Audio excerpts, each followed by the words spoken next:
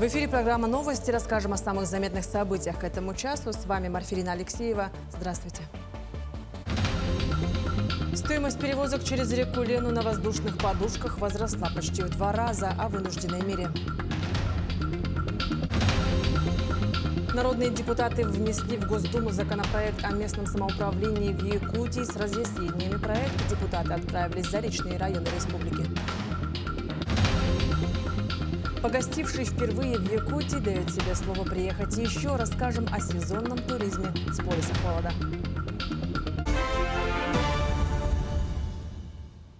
Стоимость перевозок через реку Лену на воздушных подушках возросла почти в 2 раза. Теперь за проезд в одну сторону пассажиры вынуждены платить по 5000 рублей с человека. Такую индексацию перевозчики объясняют рядом обстоятельств, характерных для межсезонья. Подробности знает моя коллега Саргалана Неустроева. На неделе стоимость проезда на хивусах, они же суда на воздушной подушке, возросла в 2 раза до 5000 рублей. Собственно, как в прошлом сезоне и в прошлом году уже вполне нормальная практика. Обуславливают это перевозчики тем, что на линию в этот период выходят целых 2 плавательных судна. Это сами хивусы и аэроботы. Ну и кроме того, в межсезонье возрастают расходы на содержание судов. А раньше же было то, что тут на хивус 2 с лишним платите, потом, когда пересаживаетесь на аэробот, тоже 2 с лишним, и в итоге все равно получалось 5. Так это такая цена и осталась. У нас мы и там, и тут просто вы оплачиваете 5000, там капитан за эту сумму оплачивает там половину суммы, то есть оттуда дает. А все остальное у нас все так же. 3-й год уже одни и те же цены стоят. Итак, резюмируя, по факту стоимость проезда на хивусе так и не возросла. К тарифу автоматически прибавили цену за перевозку на еще одном судне. Маршрут 1 оплатят люди за услуги 2 капитанов. Вот что про такое ценообразование думают сами пассажиры. Дорого. В прошлом году ездили? Да, ездил. Сколько было по цене? Тоже 5. Нормально, ненормально? Нет, конечно. Дорого? Дорого. Какая нормальная. В Москву можно лететь по субсидированным билетам за 5000. Сейчас по маршруту Якутск-Нижний Бестях курсируют порядка 25 судов на воздушной подушке и еще 10 аэроботов. Нашумевшая компания «Сулус» на линию в этом сезоне так и не вышла. Получается, что конкуренции нет, но и спекуляции с ценами Министерство транспорта региона не отмечает. Как сообщил глава ведомства Владимир Сивцев, совсем скоро цена на перевозку вновь упадет до привычной отметки. Мы полагаем, что в связи с уже установлением прочного ледостава, где-то, скорее всего, сразу тоже после праздников, возможно, даже в первых числах ноября, аэроботы уже привлекаться не будут, соответственно, тариф будет снижен. Впрочем, внимание Кабмина ситуация уже привлекла. Так, премьер-министр правительства республики Кирилл Бычков дал ряд поручений по оптимизации тарифов в период межсезонья и попросил разъяснить, на каких основаниях они повышаются.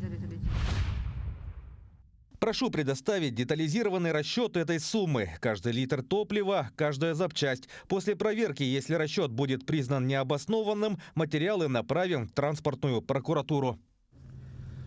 В общем-то, работа навигации ежегодно привлекает к себе внимание общественности. Вспомните только весенние очереди на паромы, разборки конкурирующих частников и другие неприятные ситуации, которые разыгрываются на фоне напряженности в массах. А страдают, как правило, обычные люди, у которых и выбора-то по сути нет.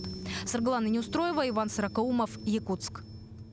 Муниципалитетам региона поручено ускорить подачу документов для получения паспортов готовности к отопительному сезону. Об этом заявлено на очередном совещании оперативного штаба. Вице-премьер республики Дмитрий Садовников подчеркнул, что в этом году процесс предоставления документов в адрес Ленского управления Ростехнадзора идет по новым детализованным правилам. Есть несколько нововведений, поэтому нужно быть более ответственными, так как суровый климат может стать причиной технологических аварий и сбоев.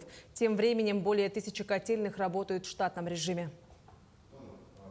Сегодня есть при получении паспортов готовности нововведения. И в свете этого есть, конечно, еще дополнительные требования, которые сегодня муниципальное образование должны предоставить Ленский Ростехнадзор. И коллеги с Ростехнадзора щепетильно и тщательно проводят проверку, но при этом есть хорошая новость, то что 24 муниципальных образования уже на сегодня получили паспорта готовности. Но по остальным 21 муниципальным образованиям работа продолжается. Народные депутаты 27 октября внесли в Госдуму законопроект о местном самоуправлении в Якутии в соответствии с федеральным законом номер 33. Сегодня во главе со спикером Илтумен Алексеем Меревеевым и депутатами отправились с рабочей поездкой в Заречные районы республики. Первым посетили Мегино-Кангалахский район. В селе Мая прошла встреча с местными депутатами и главами наслегов. На ближайшем пленарном заседании 26-27 ноября законопроект будет рассмотрен в первом чтении. 17 декабря состоится третий съезд депутатов представительных органов. В нем из Мегино-Кангалахского района должны избраться 40 депутатов.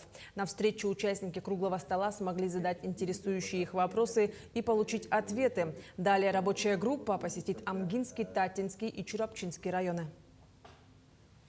Мы им объяснили по полномочиям в рамках данного закона, кому какие полномочия достанутся.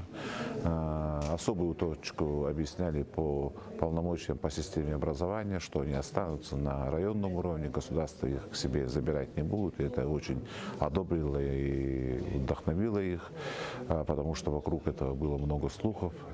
Ну и третье, мы подробно рассказали про новый механизм избрания глав как районного уровня, так и поселенческого уровня. В целом они это приняли, одобрили. Федеральная программа «Муравьев-Амурский 2030» является мощной поддержкой для молодых руководителей в расширении знаний и освоении новых компетенций в Дальневосточном и Арктическом регионах. Так, в течение года проводятся различные семинары, тренинги, стажировки и мастер-классы, в результате которых молодые люди готовы к управленческой работе. Так, на муниципальные стажировки проходит обучение Марианна Дягилева. Она приехала в Горный Улус для обмена опытом. В Берджилгестяхе за несколько дней ознакомилась с учреждениями образования, культуры, спорта, посмотрела и изучила их работу. Такие программы имеют большое значение для молодежи Якутии. Горный район я сама выбрала, потому что район является одним из передовых районов в нашей республике. И меня встретили очень хорошо, люди очень гостеприимные. Поразило то, что люди, каждый житель хочет внести свой вклад в развитие района. Не только вот руководители, там, работники администрации, но и сами жители. Они вот благодаря грантовым конкурсам развивают свой район. В Якутии создан первый многофункциональный искусственный интеллект, который свободно говорит на якутском языке. Разработчики представили телеграм-бота, способного переводить тексты, отвечать на вопросы и даже сочинять литературные произведения от коротких четверостишей до эпических текстов Олонхо. На платформе уже зарегистрировались более сотни тысяч пользователей. Их число быстро растет. Бот помогает не только изучать язык, но и сохранять национальные традиции и культуру в цифровом формате. Ближайшее обновление – это родители будут помогать непосредственно во время чтения уроков своим учащимся. Мы фотографируем задачу, а ей подсказывает, решает, показывает, как делать вот эти или иные задачи, в том числе вот наш якутский язык. Весь материал школьный знает отлично и будет помогать. Проект распространяется органически, по советам коллег, друзей. В Якутии 8 малых спортивных площадок строятся по федеральному проекту развития физической культуры и массового спорта. Одно из них устанавливают в селе Тулуна Усялданского улуса. Такие площадки способствуют еще большему росту численности людей, занимающихся спортом и физической активностью.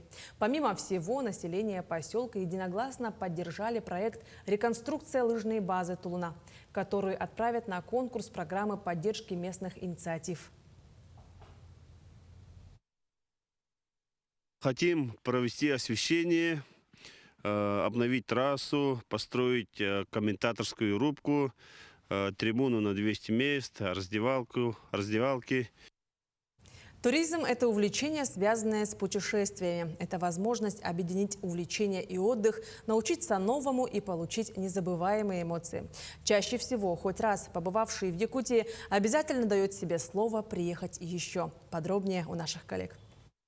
Развитие туризма в Якутии основано на привлекательности уникальных природных ресурсов региона, красивых гор и рек, нетронутой природе и холода. Одним из центров притяжения туристов стал Аймикон, полюс холода северного полушария.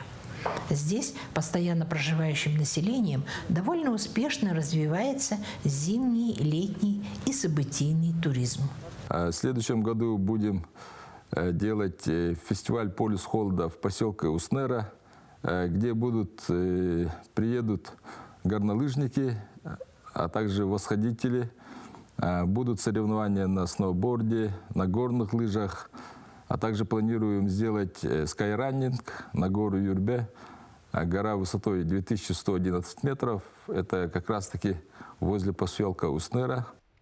Кстати, о горах. Наверное, еще не все знают, что Федерация спортивного туризма республики, организующая раз в 2 года в Аймиконских горах фестиваль альпинизма, в этом году учредила почетный знак «Барс Якутии», который станет символом признания спортивных достижений. Вот туда входит 5 самых высоких гор. Это гора Муская, гора Палатка, гора Чен, гора Берил и гора Победа. С этого года начали уже выдавать восходителям на эти горы жетоны. Если кто-нибудь поднимется на 5 этих самых высоких гор Якутии, тогда он получит звание «Барс Якутии». С каждым годом количество туристов, посетивших район, увеличивается. И это не только радует, но и накладывает определенные обязательства. В этом году предприниматели начали активную работу в сфере туризма, увеличились туристические маршруты. Например, вот в этом году в селе Тамтор построили гостиницу на 8 мест, глэмпинги, комфортабельные, современные, а также сделали реконструкцию частного дома под гостиницу. Это показывает, что у нас туризм развивается и есть будущее в сфере инвестиций. Все видят, что туристов становится больше, поэтому предпринимателю потихоньку уже начали инвестировать в сфере туризма. Светлана Поцелуева, Андрей Неустроев, Уснера. Это были новости к этому часу. До встречи.